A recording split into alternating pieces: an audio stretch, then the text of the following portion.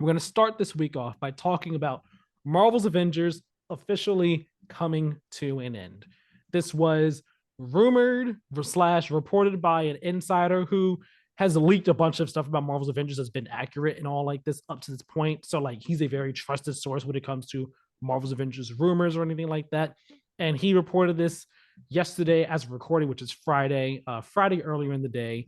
And then that afternoon, Crystal Dynamics, they posted a blog page on their site basically saying, yeah, it's real, it's happening. So they announced that Marvel's Avengers will lose its official support. Official support will, for the game will end on September 30th, 2023. That's not too far away. Tyler, just off that right there alone, what are your like first initial thoughts, initial impressions? Good riddance. Not probably unfortunately lose their job, but good riddance to this game.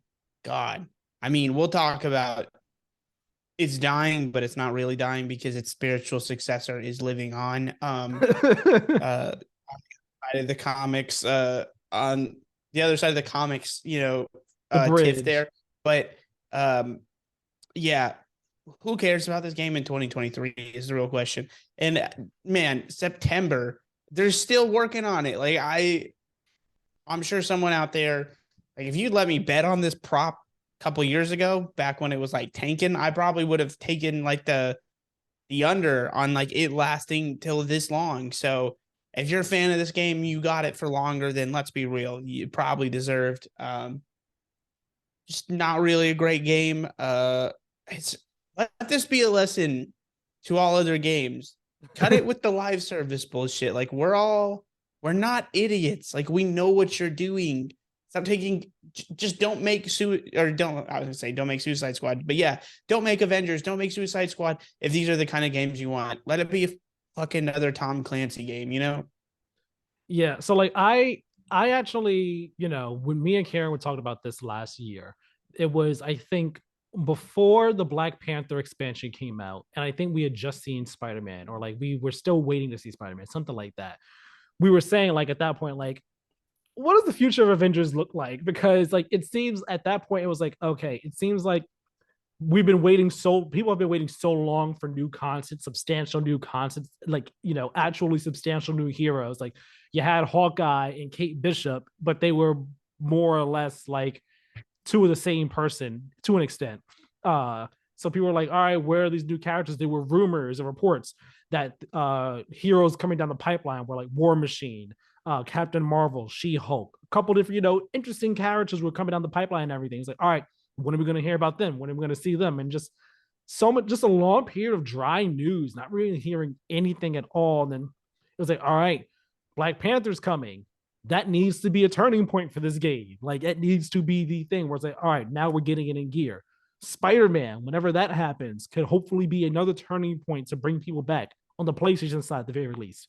And we were saying like, what are the chances it's actually going to happen? Yeah, who knows? It was like, and if those fail, like we didn't really see the game lasting much longer past that.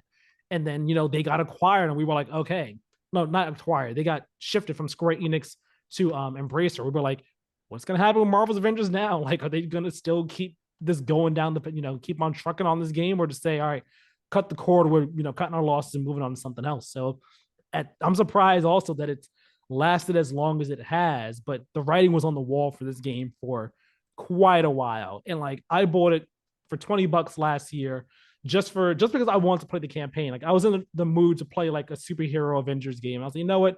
I just want to do the story mode. I don't really care about the live service post game stuff. And I liked the story. I thought the story was good. And then like you had some of the Destiny loot type stuff there in the story mode, which I didn't care too much about, but I was like, I can see the faults in this and all. But the core story, the main story was good. I enjoyed that. And I wish that it was just like a focused story game and not this live service thing that it ended up being. Um, Giving a little bit more information about the future of Marvel's Avengers leading up to the September 30th and beyond that. After the upcoming 2.8 update that's going to be releasing March 31st, Marvel's Avengers will not receive any more new content or features. So this next 2.8 update, that's going to be the last thing that adds anything new to the game. After that, there's not going to be any more new cosmetics. The whole cosmetics marketplace is going to get shut down. And any of the credits that you bought with real world money, that'll be you can't buy it anymore. Basically, you won't be able to buy that anymore. And all of that will just be purchased. Not sorry, any only purchased credits will be converted into in-game resources. So your money isn't necessarily going to waste. And then also, starting on March 31st, all marketplace, challenge card, and shipment cosmetic content is going to be made free to everyone that has the game. So basically, all the stuff that you had to pay for, just get it for free now. And they were saying they wanted to do that. It's like a sign of like thanks to the players and everything, for sticking around and so on and so forth. I saw some people say, man, so like I feel bad for anyone that just bought costume bundles yesterday. It's just like, what? It's all going to be free in a month, 2 months? Like, what? Um, Solo play and multiplayer will still be available after September 30th for as long as possible, but there will not be any support from like Crystal Dynamics end. So if there are any issues, Crystal Dynamics is like, sorry, we're dropping it after this date. We're not doing anything else. They even had like a little FAQ, and one of the FAQ questions was what happens if like my save data gets corrupted? Support will no longer be offered after September 30th was the answer. Uh, the game will still be able to be purchased until September 30th, physically and digitally. And physically, as long as there are physical copies out there in the wild. But once the 30th comes, the game will be digitally delisted. You can't buy it anymore. If you did have it and deleted it, you can reinstall it, but you won't be able to purchase it again. And sorry to say, but Xbox and PC people, you will not be playing a Spider-Man because he will remain PlayStation exclusive. Unfortunately. This Welcome to sucks. the future, everybody. Everything sucks. It's just I it sucks. is this is a question. Is this live service update shit just the modern day version now of, is it just the spiritual successor to loot boxes, which was the spiritual successor to the tacked on multiplayer? Like, this is just, I feel like as a whole, this is the meme where it's like from SpongeBob, where he's like, how many times do we have to teach you this old lesson, man? Because, or this lesson, old man, because Yeah. it's like this stuff doesn't, like I was saying, pre-show, or not even pre-show, just a few minutes ago, like, we're not dumb. We as consumers, like, yeah, sometimes we'll sign up for shit, but like, we all like, not we all, but a lot of people like Fortnite, me included. But it's like, I think self-awareness like is important, because those are multiplayer games. They're designed around that.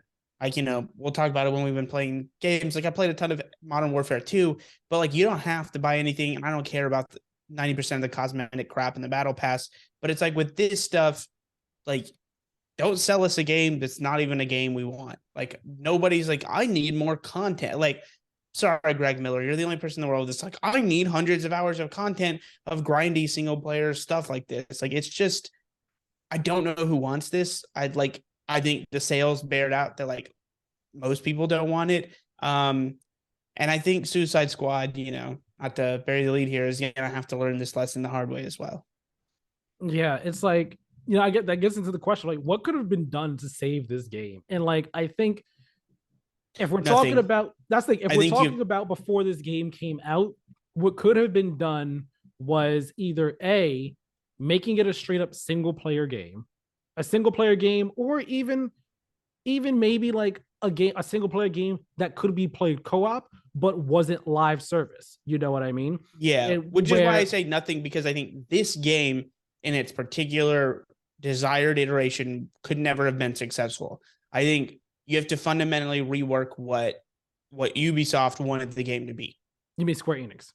Square Enix, that's right. Yeah. Right. And that's the thing. I mean, like, so that's that because the question of all right, what could have been done to save Marvel's Avengers before it came out with the game being what it is, of a live service focused type of game?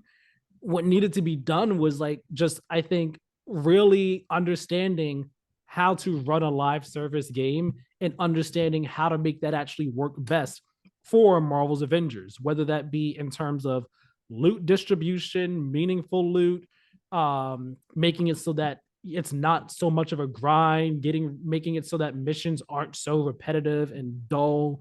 Just like all those things, and making sure you have a steady stream of content lined up post launch so that you don't have these long dry spells of where's a meaningful update, where's meaningful new content. Like I think if those problems were solved or at least thought about earlier in development, make the outcome could have ended up being different.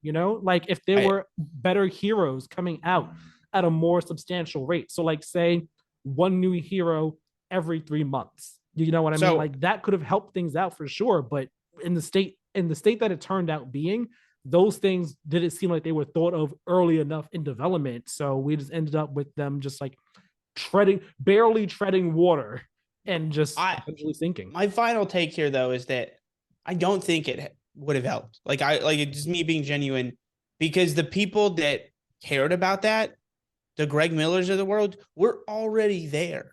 They were desperately waiting for a drip feed of anything more. And I would like to think of myself as the consumer that they were trying to chase, who just gave zero, like absolutely zero shits about this game. Just did not care. And there was never a world you were going to make me care about this game because it just, the whole messaging was off putting. All the reviews for just even the single player were just, it's okay. When it's okay or it's kind of fun, when it's a 7 out of 10, and that's on top of the mountain of just garbage that was everything they did.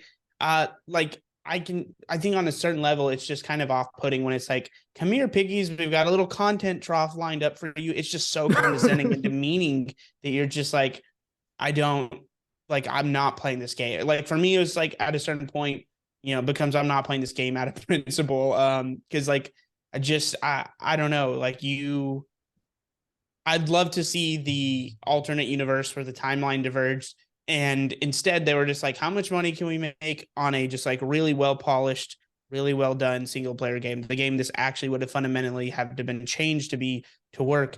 I don't know. It's depressing that maybe they still made money on this failed, weird abomination than they would have just making a single player game.